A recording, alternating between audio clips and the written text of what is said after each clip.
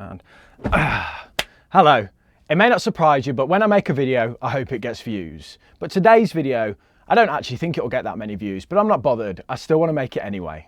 I started this channel 12 months ago, basically to the day, because I have a passion for personal finance, and basically I thought I could add something to the space. I thought that the UK market, especially within the personal finance niche, was pretty underserved, and it was kind of crying out for a UK Andre Gick. He's not that good or funny. I had zero experience in making videos, editing, scripting, or anything like that. I got 2 A's in English at GCSE and I fancied myself as a semi-pro iPhone photographer.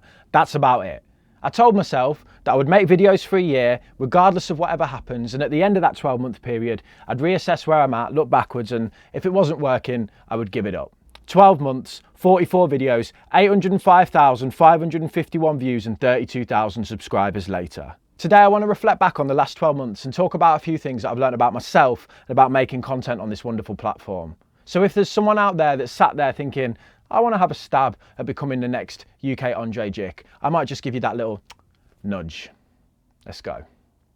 I think we tend to look at others who have been successful and we instantly feel that person must have some sort of secret, an answer or formula that can be copied and replicated, and if we only knew what they knew, we could also be successful. Let me start by saying that when it comes to YouTube, there is no secret. There is no one answer on how to be a good YouTuber. How could there be? There are so many different types of creators and individuals doing so many different types of channels in different ways. How could there be one format for success? For every daily vlogger, you have a channel that posts monthly and still does well.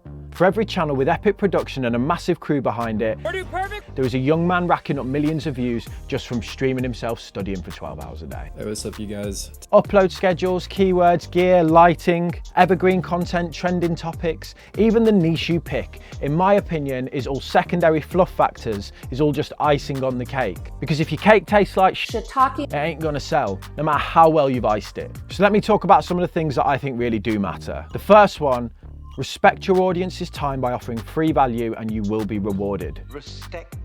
We live in a world now where attention is currency, eyeballs are monetizable. Does that rhyme? Maybe just in my accent.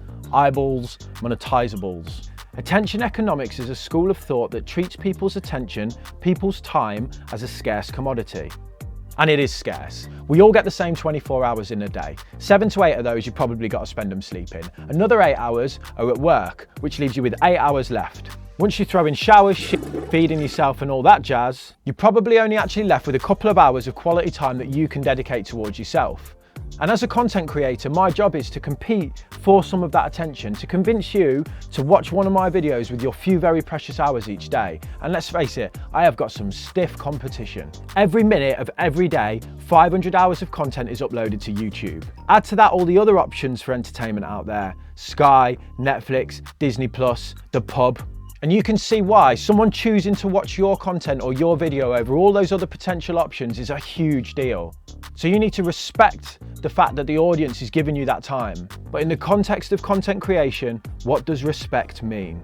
Do you even know what that spells? The reason I love YouTube so much is that apart from the commitment of my time, I can access the ideas and thoughts of some of the most influential people in the world free of charge. But in order for me to come away from a video and think, yes, that was worth my time, to me, it needs to provide value. Value can be simple. Telling someone how to do something has value, or educating someone has value, or it can be more obscure, like making someone laugh. Cobweb, no. Bloody cat.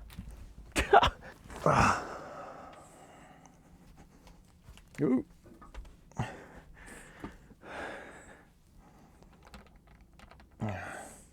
Something that doesn't provide value in my life at the minute is this guy. What are you doing? Okay. He climbs up the ladder into the loft just so we can have a look around at what I'm doing. But now I've got to unplug all my microphone and kite him down, haven't we? Oh dear, Cobweb. Right, let's go, mate. Right, where were we?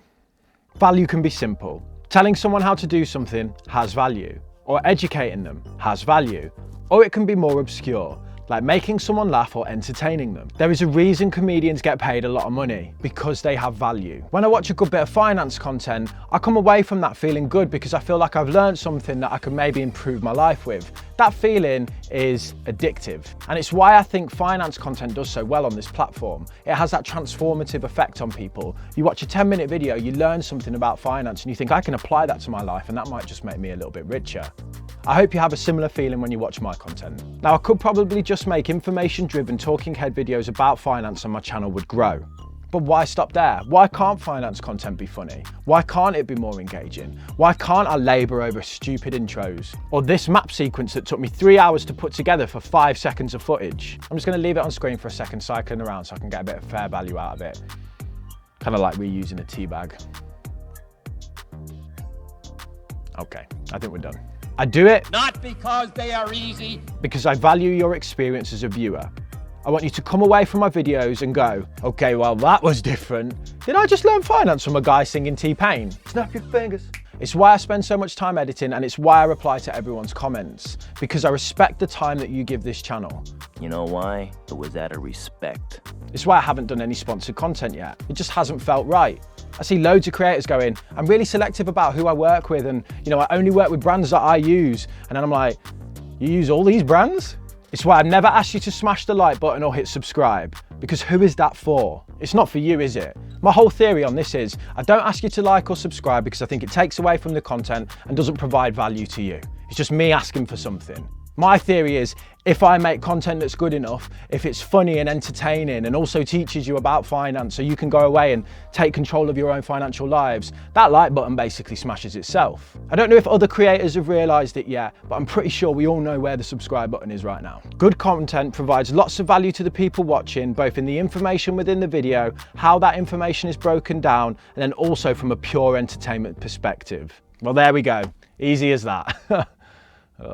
This brings me on to my second thing that I've learned.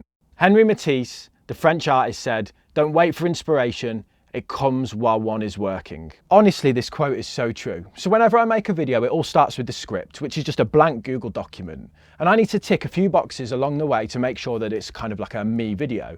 So the first thing I need to do is think of a topic that you guys are going to want to watch and that you're going to click. And then from there, I need to go away, research that topic, put together the bare bones of the video, fact check everything to make sure that it's accurate.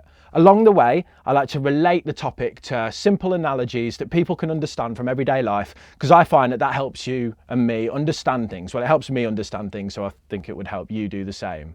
Then at the end of it, I need to try and shoehorn in a load of comedy and weird nostalgic references just to make it engaging. Honestly, this process can be daunting because it all starts with me just sitting at that computer with a blank Google document. In the first few months of the channel, I used to sit there and wait for inspiration to hit me. So I'd often go for a walk or drive my car, hoping that like a lightning bolt, inspiration would just come out of the air, hit me, and then I'd be like, that's the video I will make. It rarely ever worked like that. This would lead to a state of panic. As the end of the week approached, I'd start to panic that I didn't have an idea of what I was going to do and that I was going to be in a real rush to get a piece of content out that I'd be happy with. And often I would end up pushing it back or delaying it or just being all over the place in terms of my upload schedule. So I started to Google, how to get inspiration. And that's when I stumbled across that quote. And that's when I realised that in order to be inspired, all I needed to do was sit down in that chair. This chair right here. And that isn't even the first one, I'm just in my garage. I actually broke another one by sitting on it with my fat ass. As soon as I sit down, the inspiration doesn't just come immediately. It takes time to get the wheels moving. But once they are moving, I find that it flows quite easily. I can often just sit there battering the keyboard for an hour, and at the end of it, look up and I've got the whole script there basically done. If you're looking for motivation to do something in your life, just start doing it. The rest of it will take care of itself. It's like going to the gym. The hardest part about going to the gym is going to the gym. Once you're there, the workout is fine. You just got to drag yourself to the actual gym itself. There's another one of those analogies that I was talking about. Final thing I want to discuss is, you are your own harshest critic. Get out of the way of yourself. YouTube makes you set a relentless pace when it comes to making content. I have to think of an idea, script it, film it, and edit it, and then upload it every single week. And I only make one video a week, which is not even a lot compared to a lot of creators.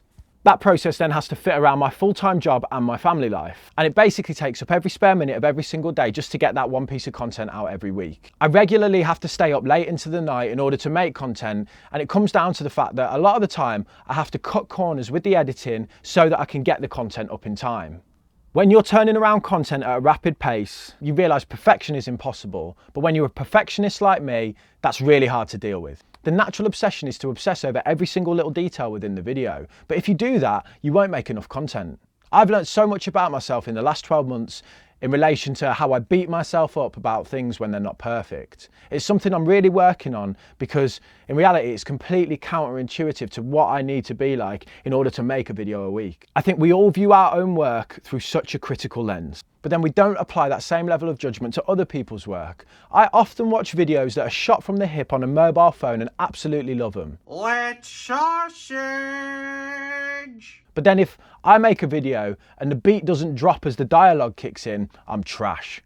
I bought a new camera, computer, and subscriptions to all sorts of services in the desire to improve my content. But none of that matters. All that really matters is that value point I told you before. The content needs to give loads of free value to the audience. This is proven by the fact that my biggest video to this day is the second video I ever made on investing for beginners. It's horribly lit, shot on an iPhone 11 with little to no editing, and people love it. I can't even watch it anymore. Why am I sitting in the corner like that? So my advice to anyone sat there looking at their work thinking this isn't good enough, just remember you are your own harshest critic. No one else on this planet is going to judge your work through the same lens that you do. Even the biggest creators on this platform, people like Peter McKinnon, I bet you any money, sit there and go, this work isn't good enough. My investing for beginners video, if I made that right now, I wouldn't publish it. I just wouldn't. I'd delete it because I think it's so bad. 140,000 views and counting. I am not the best judge of how good my work is. You are. And I guarantee the stuff you are making is good enough. Put it out to the world. This video is a little bit more stripped back today because me and the missus are going away for the bank holiday, so I won't have time to turn out a normal video. Next Sunday's video will be back to the normal standard. Look, there's me right there, criticising myself and worrying. Hard to take your own advice sometimes. Before you go, I just want to say the last 12 months have changed the way I look at my life and what I want to do with it. But that isn't because of the videos I made or the time that I've spent sat at my computer desk editing. What's changed my perceptions of myself and my outlook on life going forwards is you. At the end of the day, I could have made 44 videos, posted them online, got no traction, and right now I would just be deleting my channel thinking, well, that was a waste of time. So thank you so much. I promise to repay you by always putting your interests first when making content. I'll never sell out by pumping some product that I don't like just so that I can get a quick buck. And I'll always look to try and make you smile. Here's to the next 12 months, my friends. Thank you.